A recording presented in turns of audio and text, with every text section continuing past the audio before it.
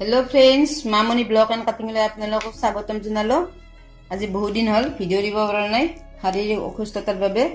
তো আজি মই এটা নতুন ভিডিও লৈ আপোনালোকৰ ওচৰলৈ আহিছো। তো ভিডিওটো আপোনালোকে স্কিপ নকৰাকৈ সম্পূৰ্ণকৈ চাই ল'ব। তো বহুতে কমেন্ট কৰি সুধি থাকে যে ব্লাউজৰ পিছফালে অফন দি কিয় থাকে, ব্লাউজৰ পিছফালটো অফন দি কিয় থাকে, এই বিষয়ে মোক কমেন্ট কৰি সুধি আছে। আজি সেই বিষয়ে মই আলোচনা কৰিম। তো আহক আজি ভিডিওটো আমি আৰম্ভ কৰো।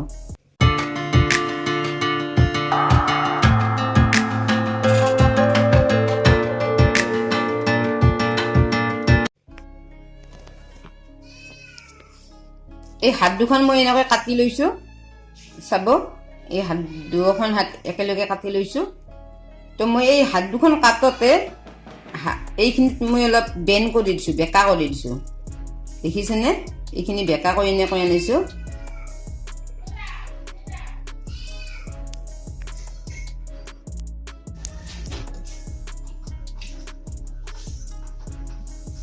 ব্লাউজৰ পিছফালে ওফন্দি থকাৰ দুটা কাৰণ থাকে, সেই দুটা মই কৈ দিছো। এইখিনি বস্তু বহুতে কেনেকৈ কাটে ইয়াত মই দেখুৱাই দিছো পেপাৰ কাটিং কৰি। ধৰক ব্লাউজটোত 10 লৈছে, আপুনি 10ত এনেকৈ টিক মাৰি ল'ব আৰু বহলটো লৈছে 7.5, ইয়াত 7.5ত এটা টিক মাৰি ল'ব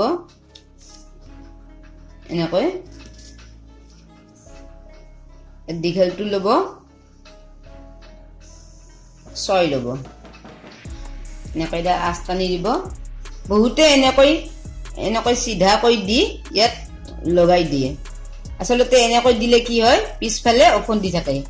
মই এনেকৈ দিছো, চাব এনেকৈ আঁচডাল আনিছো,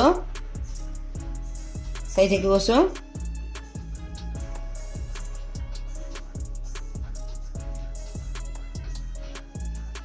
এনেকৈ এইখিনি বেছি বেকা কৰি দিছো। এতিয়া কাটি দেখুৱালে আপোনালোকে ভালদৰে বুজি পাব।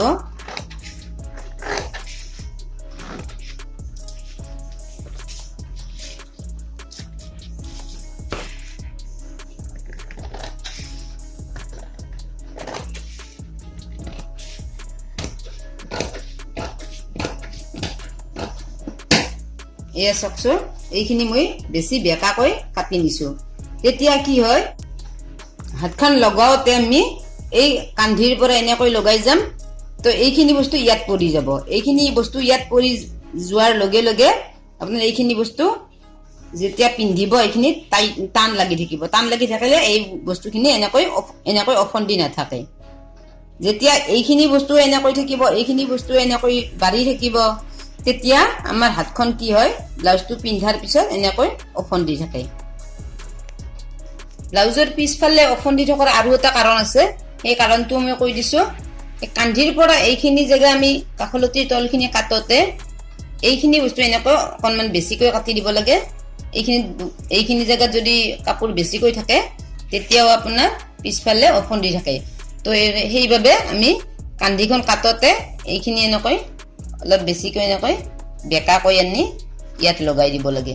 তেতিয়া আপোনালোকৰ সেই সমস্যাবিলাক দূৰ হ'ব।